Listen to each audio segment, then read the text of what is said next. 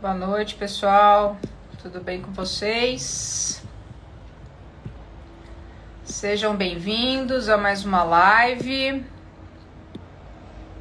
Pessoal que está no chat no YouTube, sejam bem-vindos também. Tá sendo transmitido pelo YouTube e pelo Instagram. Então, quem tiver no YouTube pode vir aqui para o Instagram, que é @doutora.katiademartino. Quem tiver no Instagram, segue o meu perfil no YouTube. Ainda é pequenininho, mas eu tô começando a trabalhar com ele também, que é @doutora.katiademartino também. Tá bom, gente? Boa noite para todo mundo, sejam bem-vindos. A intenção aqui dessa live é para vocês veterinários, que por mais desafiador que seja, você pode incorporar psicofármacos no seu atendimento. E é só ter domínio na prescrição. Mas como a gente consegue ter domínio nas prescrições, né, nos psicofármacos? Para quem não me conhece, muito prazer, eu me chamo Kátia Demartino, eu sou médica veterinária comportamentalista e eu ensino veterinários a se tornarem referência na indicação de psicofármacos, faturando mais por consulta, mesmo que você não tenha conhecimento na área comportamental, aliando a sua rotina clínica. Existe o FCPA, as inscrições elas estão encerradas, mas vai abrir uma turma logo logo, então se você tiver interesse em ter domínio e segurança na prescrição dos psicofármacos, tem um link lá na bio, se inscreve para a próxima turma e você vai ser notificado aí quando abrir, tá ok? O tema do episódio de hoje é Desvendando os segredos dos psicofármacos. Como a gente supera os desafios e garantir tratamentos eficazes em transtornos comportamentais aliados à sua rotina clínica. Você vai entender como diferenciar entre um problema comportamental e um problema clínico. Quais são as nossas maiores inseguranças, né, na hora de prescrever um psicofármaco? Como que a gente faz o apoio ao tutor e as expectativas que eles criam em cima dos tratamentos também, né? É muito importante a gente saber isso. Como ganhar o domínio de que tanto precisamos para aprender psicofármacos? Esse tema é uma oportunidade para você ter segurança de que tanto precisa para prescrever psicofármacos e terapias integrativas também, que eu falo aqui bastante, e com isso conseguir faturar muito mais por consulta. E mesmo você, veterinário, você sendo clínico, você sendo de outras especialidades, você precisa entender sobre o comportamento do seu paciente para o melhor tratamento, tá ok? Vamos lá começar com a aula. Eu tenho algumas perguntinhas também que o pessoal acabou colocando, eu achei interessante a gente colocar nessa live também, e eu vou respondê-las no final da live, tudo bem? Se vocês tiverem também alguma dúvida, alguma pergunta, pode me passar aqui. Vamos lá. Deixa eu começar aqui, tem bastante coisa pra gente falar. Primeiro, gente, é importante a gente identificar e diferenciar um problema comportamental de um problema clínico, né? Muitas vezes, o animal ele vem com alguns problemas comportamentais e a gente não imagina que ele tá vindo de um problema clínico. Eu vou dizer aqui alguns, tá? Aquele animal que está extremamente agressivo. É muito comum a gente pegar agressividade na clínica hoje, né? Na rotina. A gente sabe que, nossa, cada vez mais a gente está pegando animais com transtornos de comportamento dentro da rotina. A gente tem um grande problema em fazer uma anamnese bem feita, em acabar diagnosticando aquele paciente bem, né? E aí, se a gente não faz tudo isso certo, a gente tem um problema no futuro, que é de a gente não diagnosticar bem, e aí a gente não faz o melhor tratamento também, né? Então, assim, vou dar um exemplo aqui com um animal que é super reativo e está dentro da sua clínica veterinária. Muitas vezes, esse animal, por ser reativo, a gente não consegue examinar, né? E aí, a gente falou assim, poxa, não vou nem fazer nada com esse cachorro, manda ele para um adestrador. Só que muitas vezes esse cachorro, a gente tem que entender que tanto o cachorro quanto o gato aqui, tá, gente? Aqui eu falo de cão e gato. Muitas vezes A dor está muito associada à agressividade.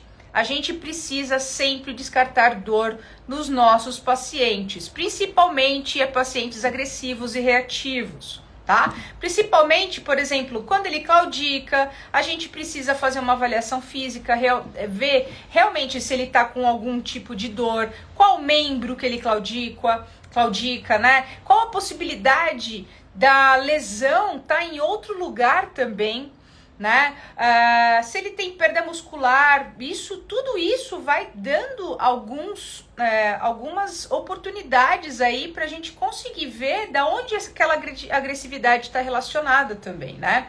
Se ele tem dificuldade de se levantar, de fazer exercícios, logo depois do exercício, como que ele fica, se ele fica mais reativo, se ele não fica, né? Se ele fica na defensiva, se ele está reativo somente dentro da clínica veterinária, né? Que muitas vezes não, mas a gente sabe que muitas vezes sim também, porque a clínica veterinária, às vezes ela acaba sendo um lugar traumatizante para aqueles animais, então eles já têm um problema de base aí de experiências ruins ao longo da vida, que vai causando essa reatividade também, né? Quando ele reage, né? Como que ele reage quando ele é tocado em algum local do corpo?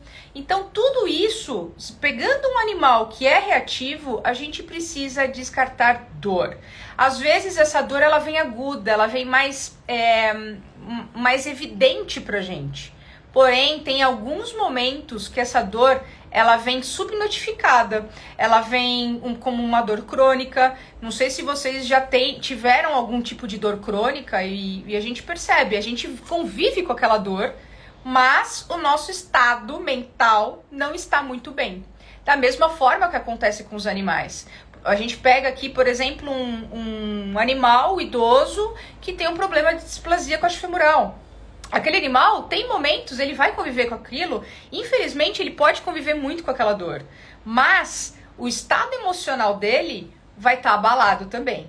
Então, reatividade e dor, e a gente precisa ver aí se é uma dor realmente que é no músculo esquelético, se é uma dor visceral, qual tipo de dor também, né? E identificar muito essa dor, né? E não subnotificar. Muitas vezes o animal vem para o clínico, né?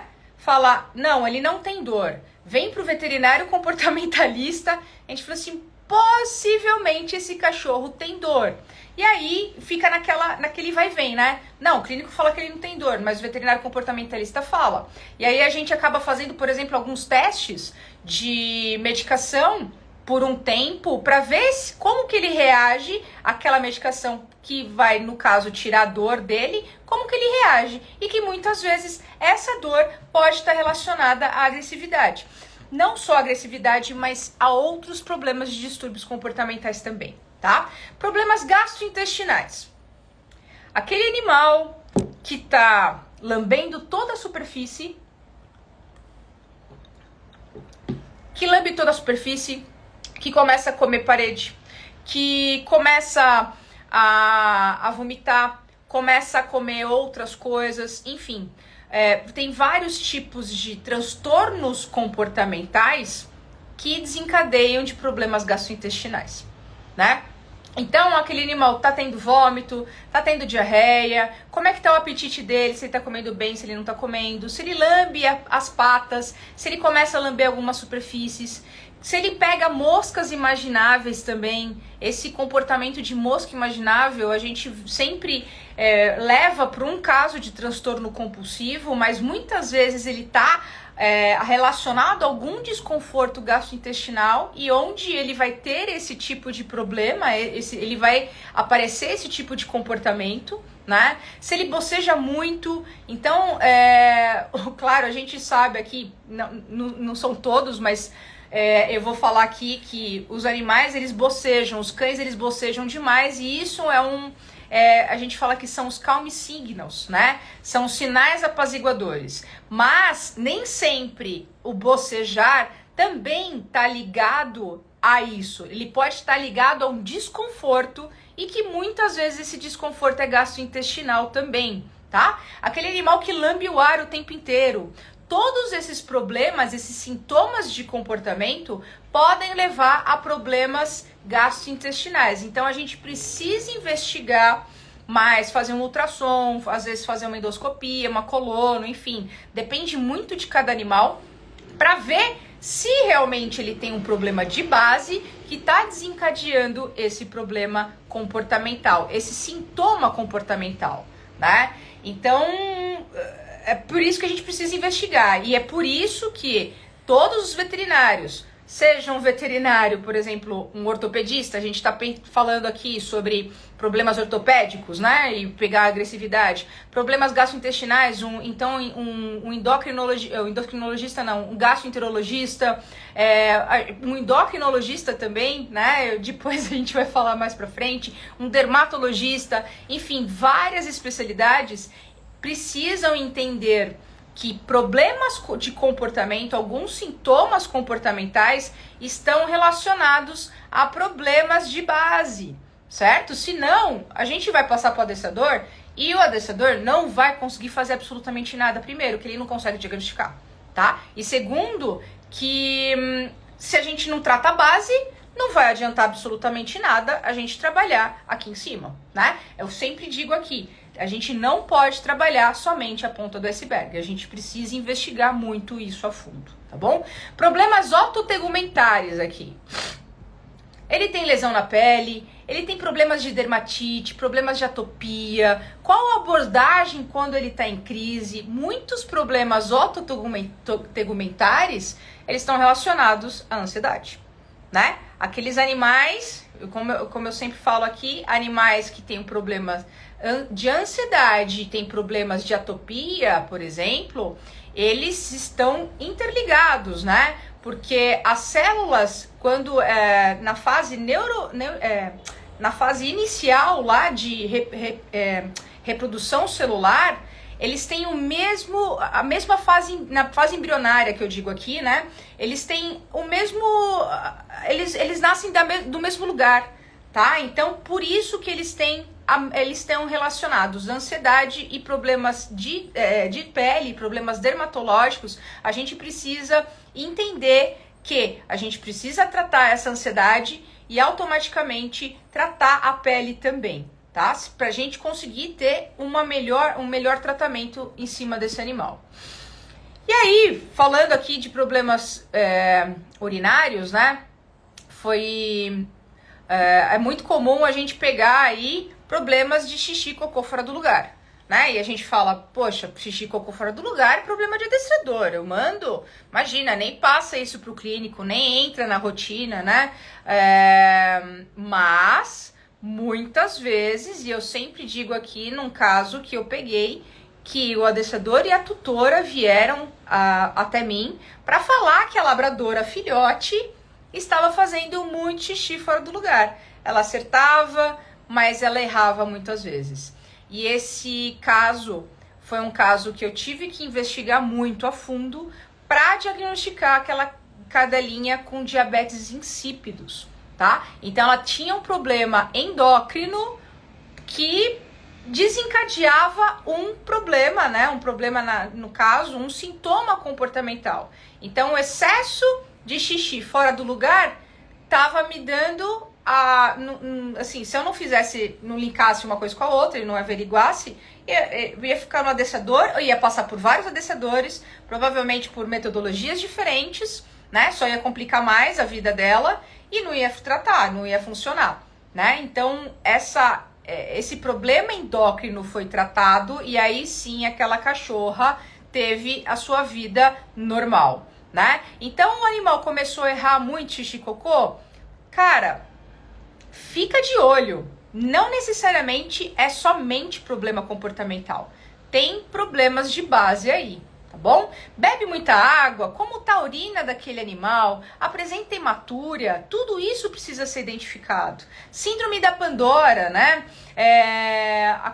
Ou, por exemplo, problemas de marcação urinária, xixi fora do lugar, em problemas comportamentais de gatos. É muito comum a gente pegar isso. Se eu não me engano, é o top 1 ou top 2 de problemas comportamentais de gatos. Se a gente acha que é somente manejo, somente comportamental, a gente está errando. A gente precisa fazer exames para descartar ou fechar algum diagnóstico de um problema ou endócrino, né? Ou um problema de trato urinário, né? Então a gente precisa entender que sintomas comportamentais, eles podem estar associados a problemas clínicos, tá?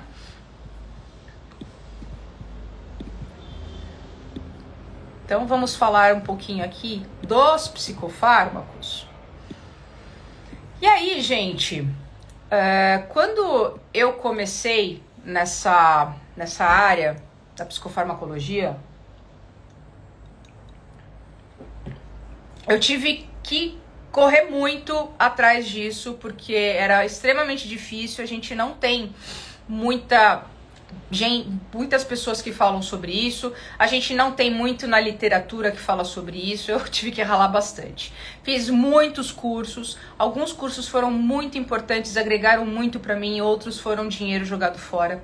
E aí, claro, existe essa, agora eu sei a teoria, mas e a prática? Como é que eu faço essa prática? Como eu vou ganhar a segurança que eu preciso, né? A gente tem essas inseguranças, a gente tem as nossas dúvidas aí no dia a dia, né? Como escolher o melhor psicofármaco para aquele paciente? Será que aquele psicofármaco é tipo assim uma tabela? A gente faz aquela determinada indicação e a gente passa para todo mundo, né? A gente sempre tem essa dúvida. Será que eu sempre, por exemplo, aqui indica fluoxetina para todo mundo? Né? A gente tem inúmeros psicofármacos, a gente tem inúmeras classes, a gente tem vários psicofármacos que eles podem atuar da mesma forma, mas a gente precisa entender, a gente precisa diferenciar. O indivíduo vai ser, os indivíduos são diferentes, cada caso acaba sendo um caso, né?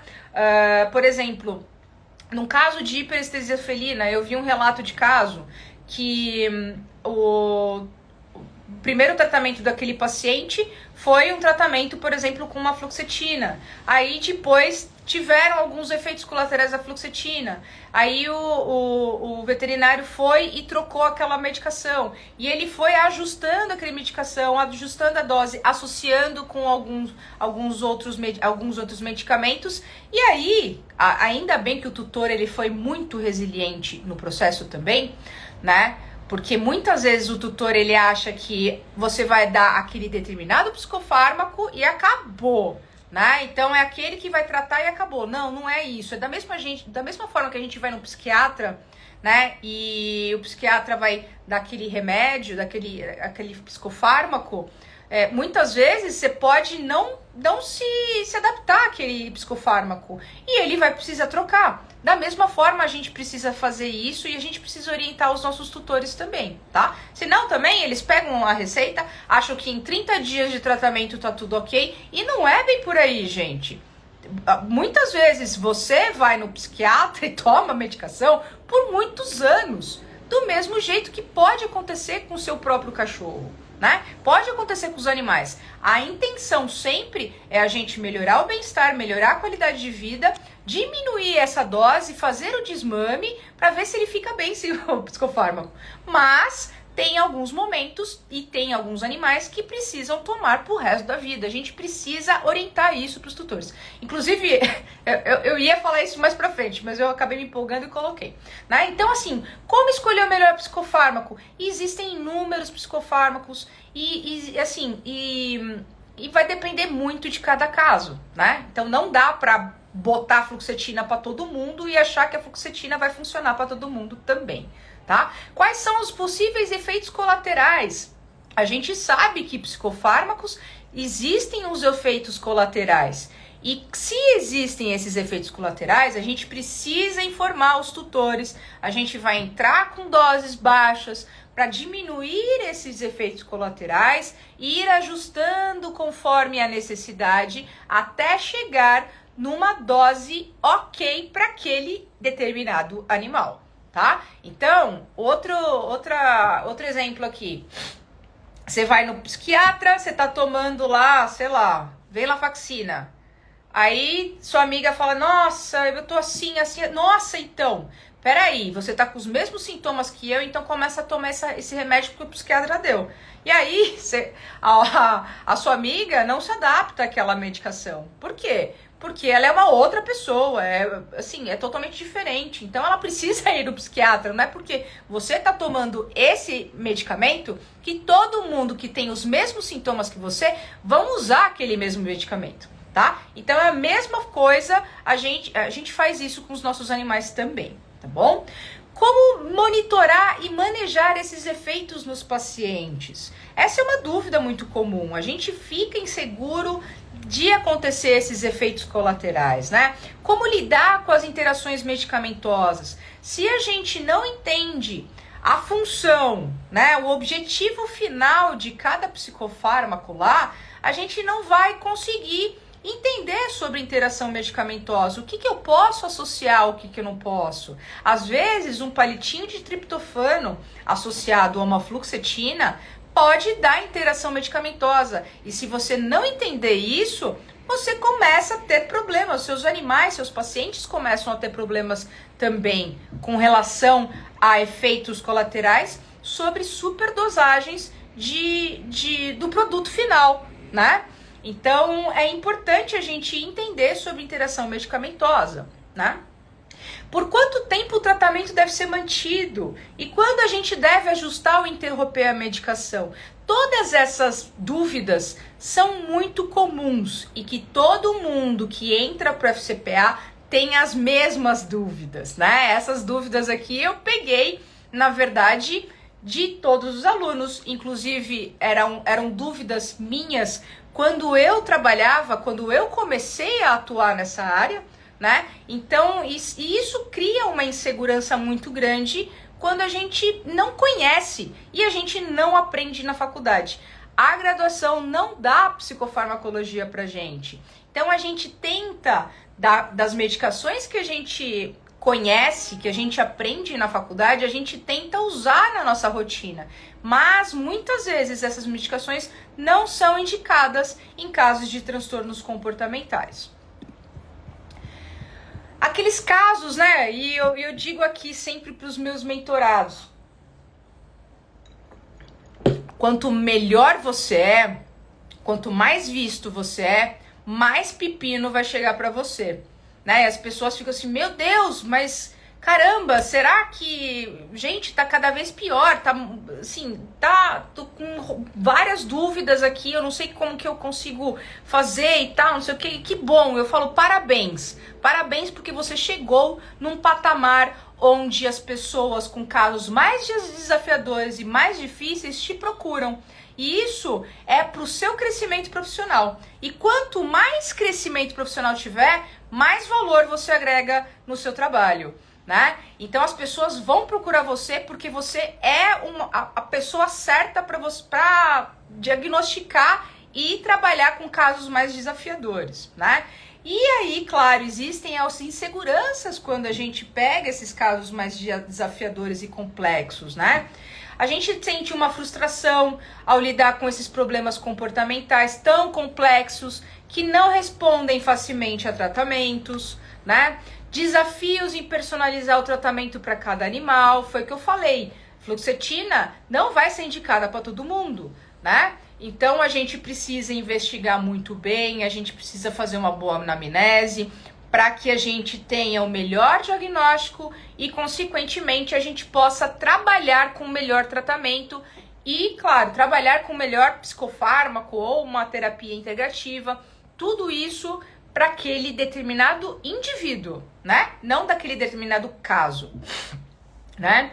E aí, a questão aí dos apoios ao tutor, né? E as suas expectativas. Os tutores, eles vêm, eles perguntam e a gente precisa orientar, a gente precisa dar a segurança que o tutor tanto precisa, porque o tutor, ele vai falar assim, mas meu cachorro, ele não precisa psicofármaco. Não, mas isso é coisa de louco. Meu cachorro não é louco, meu gato não é louco.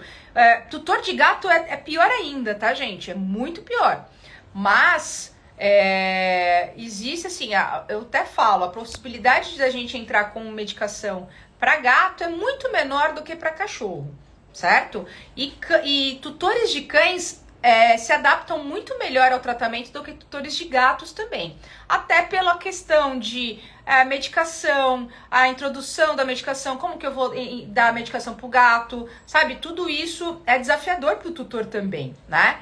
Pro tutor de cão é mais fácil, é mais manejável. Porém, os dois falam, nossa, eu não quero usar psicofármaco, eu não quero ir, sabe assim, as pessoas ficam com medo se a gente não dá uma boa orientação para eles. Então a gente precisa dar a segurança de que o tutor, pro tutor, né? Porque senão o tutor, a possibilidade daquele tutor sair correndo antes, quando você fala sobre psicofármaco é muito grande. Tá bom? Então, como a gente educa e orienta os tutores sobre a importância e o uso correto dos psicofármacos? Primeiro, importantíssimo, o psicofármaco, ele é só um adjuvante no tratamento. Ele não é a principal coisa que a gente vai fazer. A gente vai dar um psicofármaco e acabou. Vai dar tudo certo. Não, não é desse jeito. Se o tutor não trabalha, se a gente também não orienta e não faz um melhor tratamento aí com relação a manejo, com relação à mudança comportamental, né? Mudança de manejo, a treinos, a trabalhos de enriquecimento ambiental, tudo isso, a gente não vai ter a melhor resposta. O psicofármaco, ele é um adjuvante no tratamento. Muitas vezes a gente não precisa entrar com psicofármacos e a gente precisa só ajustar o manejo daquele animal. Só ajustando o manejo daquele animal, o animal vai ter uma boa resposta. A gente ajustou o manejo daquele animal e não teve uma resposta significativa, a gente vai trabalhar com psicofármaco ou as terapias integrativas para ter o maior sucesso terapêutico, tá? Ele é um adjuvante, ele não é o produto final de tudo. A gente precisa passar isso e orientar bastante para o tutor. Né? Como abordar resistências ou preocupações dos tutores em relação ao uso da medicação? Exatamente como eu falei, a gente precisa dar a segurança para o tutor de que, olha, a gente vai fazer isso totalmente de uma forma segura para a gente evitar ao máximo os problemas aí de administração, os problemas de efeitos colaterais. Mas a gente não pode simplesmente achar que o tutor vai falar assim, olha, vai ser a solução dos problemas. A gente não pode falar isso, né? A gente precisa ser o mais claro e o mais transparente possível no tratamento. Como gerenciar as expectativas dos tutores em relação aos resultados e ao tempo necessário para ver melhorias? Então, o tutor vai falar, doutor, então, e aí, quanto tempo para fazer? E aí, quanto tempo para fazer o tratamento e ele estiver melhor? Isso vai depender de animal para animal. Isso vai depender também de tutor para tutor, porque o tutor, ele precisa se empenhar também no trabalho dele. O tutor vai ter tarefa para fazer, né? Então, não é só criar expectativa em cima da medicação, em cima do adestrador. O tutor, ele precisa se mexer também para a gente ter o melhor tratamento e melhor tratamento daquele animal, tá bom? Como manter uma comunicação clara e eficaz com os tutores durante todo o processo de tratamento? Gente, eu gosto de colocar o tutor muito no lugar do cão, muito no lugar do gato. Se a gente fala de uma forma muito técnica, é difícil o tutor entender. A gente precisa entender isso também, né? Então eu gosto de colocar os tutores no lugar dos animais e eu gosto de fazer analogias, por exemplo, com o psiquiatra, né? Para o tutor entender mais sobre o tratamento também. Deixar sempre uma forma muito clara para ele, é muito importante. E a adesão ao tratamento, né, gente? Então, assim, a gente tem algumas dificuldades aí durante o tratamento, porque o tutor, ele precisa estar empenhado, né? Ele precisa ter a consciência. Se a gente entrar com medicação, ele precisa ter a consciência de que ele vai precisar dar a medicação todos os dias, naquele momento correto, naquela hora correta. Ele não pode deixar faltar, né? Então, falar tudo isso, explicar muito bem explicadinho, faz com que o tutor se engaje muito mais no tratamento também, certo? E os problemas com a continuidade do tratamento devido à falta de adesão dos tutores. Também é um problema que a gente acaba enfrentando quando a gente não orienta muito bem esses tutores. Então, durante a consulta, é muito importante a gente falar tudo isso, que o tratamento ele não pode ser descontinuado. O fato dele ter descontinuidade do tratamento pode dar um efeito rebote, um efeito reverso aí no problema comportamental daquele animal, né? Então, ele precisa seguir as instruções do veterinário, ele precisa seguir a dosagem que o veterinário está fazendo, ele precisa fazer os retornos que o veterinário está pedindo, ele precisa orientar e ele precisa falar para o veterinário o que está acontecendo com aquele animal durante o tratamento, para o veterinário saber se está indo bem, se não está indo bem, se a gente pode ajustar a dose, a gente precisa fazer a troca da medicação.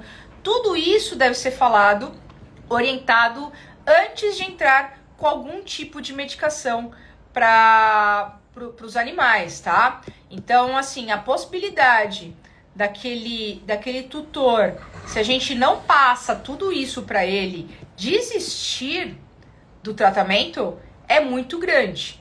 Então, tudo isso deve ser falado com muita clareza, a ponto dele, ou ele falar, beleza, a gente vai fazer o tratamento, ou então, olha, a gente vai só fazer por enquanto o manejo, né? Então, tudo isso é importante conversar com o tutor. E outra coisa também, né, gente? Como eu trabalho aqui com terapias integrativas também, e uma delas é a cannabis medicinal, e eu gosto de fazer bastante indicação com a cannabis também dos tutores. Eu gosto de falar quais são as vantagens, quais são as desvantagens de usar um psicofármaco ou usar uma cannabis medicinal. E eu deixo aberto, porque assim, o tutor, sabendo de tudo isso, ele vai tomar consciência do melhor tratamento que ele pode oferecer para o cachorro, que ele pode oferecer para o gato, tá? Porque, infelizmente, hoje que eu vejo que é uma dificuldade e é um ponto negativo na cannabis medicinal, né? É o valor da cannabis. O óleo, ele é muito mais caro do que uma caixa de psicofármaco, né? Uma caixa de fluoxetina você compra aí por 20 e poucos reais. Dependendo da porcentagem do óleo de cannabis, varia em torno de 170 até 400, 500 reais um frasquinho de óleo. Vai depender muito da porcentagem daquele óleo.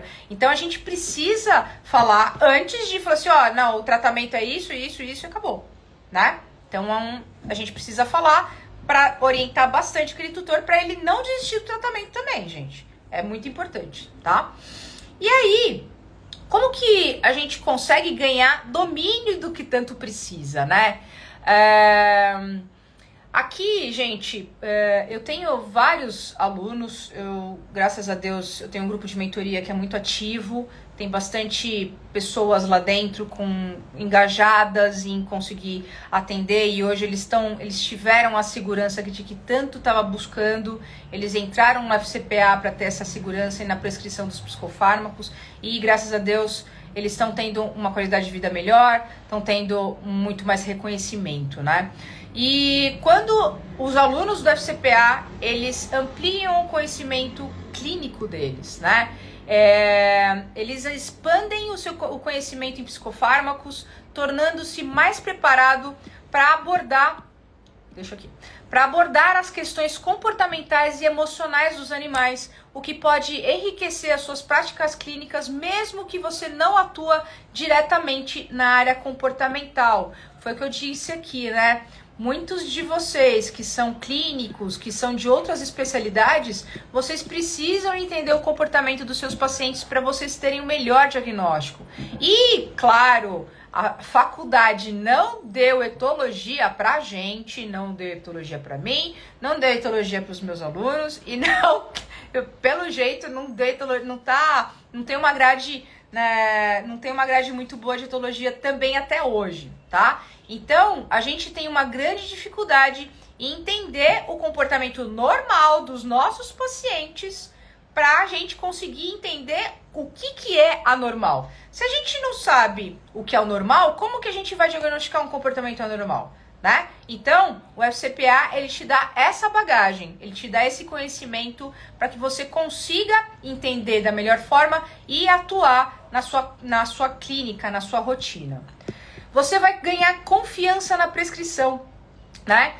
O FCPA oferece a confiança necessária para prescrever psicofármacos e terapias integrativas de forma segura e eficaz, garantindo que os profissionais possam oferecer soluções de alta qualidade para os problemas de saúde mental dos animais sobre os seus cuidados, né? Você se torna uma diferenciação no mercado e é aí que você ganha a mais por consulta também, né? O veterinário, ele se torna referência na sua comunidade, destacando-se dos concorrentes e atraindo clientes que buscam um cuidado mais completo e especializado para os seus animais. Eu tenho alunos do Brasil inteiro, inclusive de fora do Brasil também, né? Que eles estão sendo referência na região deles e eles estão sendo indicados por profissionais próximos a ele, e aí ele consegue se tornar um diferencial e ganhar muito mais por consulta também. Porque quanto mais conhecimento você tem, você é obrigado, tá? A aumentar o valor da sua consulta. O seu conhecimento é o seu valor. E aí você tem a obrigação de aumentar o seu valor por consulta também, consequentemente. O FCPA, ele oferece ferramentas práticas e aplicáveis que podem ser utilizadas imediatamente no seu consultório, ajudando os veterinários a resolverem problemas de origem comportamental com maior segurança e eficácia. Gente, eu tenho casos aqui de que os alunos, antes de terminarem o FCPA, eles já estão atuando e estão atuando com segurança, porque através do grupo de mentoria que a gente dá o baita acesso lá, uma baita segurança para ele, né? Ele vem, claro, ele tá novo lá no mercado, ele acabou de entrar, já estão indicando ele, e aí ele fala, gente, será que eu pego, será que eu não pego? Não, vai pegar. Pode pegar que a gente dá segurança aqui, traz pra gente discutir o seu caso. E assim vai indo. Então, antes de se formar, antes de pegar realmente o diploma, ele já tá atuando com segurança. E apoio e bem-estar animal, né, gente? Os alunos do FCPA, eles estão mais capacitados para contribuir com o bem-estar dos animais, abordando de uma forma integrada não só a saúde física, quanto a saúde mental também, né? O que é cada vez mais valorizado por tutores e profissionais da área. Então, os tutores, eles já estão muito mais conscientes de que os veterinários precisam entender e trabalhar com manejo de baixo estresse, para proporcionar um bem-estar para o seu animal, tá? Para o seu cão, para o seu gato. Então, quanto mais os veterinários entenderem sobre bem-estar, entenderem sobre manejo de baixo estresse, mais adesão eles vão ter automaticamente para os tutores. Os tutores, eles estão tendo essa consciência e eles estão procurando muito mais esses profissionais quando se tratam de bem-estar animal, tá bom? Então, gente, era isso que eu queria passar para vocês. São as dúvidas aqui. Eu preciso falar as perguntas, né? Tem 3 perguntinhas aqui que eu achei interessante colocar aqui na live. Gente, vocês mandam um direct pra mim. Eu gosto, a dúvida de vocês é a dúvida de muita gente que não acessa pelo direct e que às vezes tem um pouco de receio, tá? Então, por isso que eu não respondo diretamente para vocês. Eu sempre coloco ou nos stories como caixinhas de perguntas, ou eu trago aqui para a live também, tá bom? Vamos lá, primeira pergunta. Kátia, eu me sinto insegura em prescrever psicofármacos, já que eu não aprendi na faculdade e eu estou pegando muitos casos que imaginam que precisam de tratamento na minha rotina. Por onde começar? Então, eu só esqueci de colocar o nome das pessoas aqui. Desculpa. Gente, eu passei exatamente por tudo isso né, eu me senti insegura, eu me sentia descapacitada, a graduação não me deu essa base sobre psicofarmacologia, eu tive que ralar muito, já disse aqui no começo da live, e eu, por entender essa dificuldade que os veterinários têm hoje, eu consegui montar o FCPA, que é o Ferramentas para Comunicação e Psicoanimal, para te dar maior segurança na prescrição de psicofármacos, trabalhando aí, né? Você vai entender muito mais aí sobre comportamento também, para você conseguir aliar os psicofármacos na sua rotina e você ter a segurança e o domínio de que tanto precisa. E, consequentemente, o seu valor, né, por consulta vai aumentar também, porque você se torna uma referência na sua região. Então, tem um link lá na bio, para a próxima turma, se inscreve, coloca o seu melhor e-mail lá para você receber em primeira mão as notificações para a próxima turma do FCPA, tá? Garanto que você não vai se arrepender. Eu tenho vários relatos de caso aqui, eu tenho vários depoimentos, eu tenho várias lives com vários alunos também. Dá uma olhada aqui no meu Instagram que você vai ver, e são depoimentos verdadeiros, tá? Não saiu da minha boca, não. Fico com medo... A outra pergunta... Fico com medo de aumentar a minha consulta e perder clientes pro meu concorrente. Vamos lá, gente. Primeiro, você tem medo de aumentar a sua consulta. Claro que assim, quando a gente tem um conhecimento de base, a gente consegue ter uma diferenciação, por exemplo, do seu concorrente, você pode aumentar o seu valor por consulta, porque as pessoas elas vão atrás de você pelo seu conhecimento. E o seu conhecimento é valorizado, tá? Você pagou por ele. Você tem direito de aumentar o valor da sua consulta pelo conhecimento que você tem. E as pessoas vão atrás de você pelo seu reconhecimento e não pelo valor que elas vão pagar a consulta.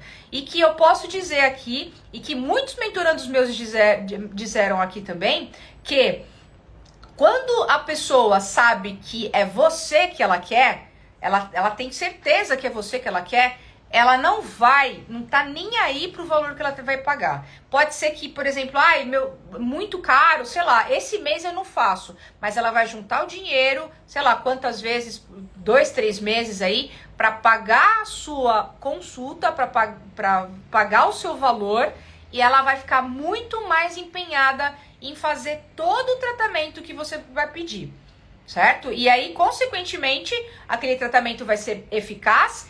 E aquele tutor vai ser o seu melhor marketing. Pode ter certeza disso. Então, se você tem conhecimento, você pode aumentar o seu valor da consulta. Você deve fazer isso. E não ficar com medo do seu concorrente. Porque o seu concorrente, você é o diferencial. Você tem uma diferenciação, né? O Caju chegou aqui, gente. Pode dar licença. Ele sempre aparece. Vamos lá. Outra pergunta aqui. Eu posso prescrever psicofármacos? Do que eu preciso? Provavelmente você é um veterinário ou uma veterinária, né? Então, somente os veterinários podem prescrever psicofármacos. Porém, para isso, você precisa ter número de registro no Ministério da Agricultura, Pecuária e Abastecimento, que é um MAPA, tá? Então, você precisa entrar no site do MAPA, você precisa se cadastrar, você vai ter o número do MAPA, né? Porque, por exemplo, se você for receitar uma fluoxetina na farmácia e você não tem o número do MAPA, a sua receita não vai ser validada. Eles vão pedir o número do MAPA, do seu MAPA, tá? E se você não tem MAPA, você não consegue prescrever. Então, antes de tudo isso, você precisa ter o número do registro do MAPA. Aqui na FCPA, eu tenho uma mentorada que eu não sei se ela tá aqui ainda, a Roberta, que ela fez várias aulas, a aula dela tá fantástica, sobre como adquirir esse número de registro do MAPA, né? Como a gente trabalha também. Ah lá, a Roberta tá aqui, ó, chegou. Tô falando de você. Como a gente consegue também emitir aquele receituário, o receituário azul, né, que é o receituário controlado para benzodiazepínicos, enfim, é que a gente usa mais aqui nos casos, com receituário também, né? Então, tudo isso dentro do FCPA tem. E a Roberta tá no grupo de mentoria e ela tira dúvida de todos os mentorados de lá. Né, Roberta? Então, você precisa do número do mapa. Porém, não adianta você ter o número do mapa e não saber indicar psicofármacos. Então, você precisa ter domínio e segurança nas prescrições dos psicofármacos também, né? É isso aí, Roberta. Roberta fez uma baita de uma aula. Eu falei assim, Roberta, pelo amor de Deus, sua aula tá muito melhor que a minha. Por favor, faça, porque a Roberta fez 3, 4, enfim, ela fez uma enormidade de aulas lá que estão perfeitas. E inclusive a atualização está sendo feita agora, né? Então, gente, era isso que eu queria passar para vocês. Se caso vocês tiverem alguma dúvida, entre em contato pelo direct, tá bom? O meu canal do YouTube, então, para quem tá aqui no Instagram, meu canal tá ainda é novinho, vai lá, se inscreve, começa a curtir lá meus posts, minhas lives, que é doutora.katiademartino, tá bom? Eu vou agradecer imensamente. Uma boa noite para todos e a gente se encontra na próxima semana. Até mais.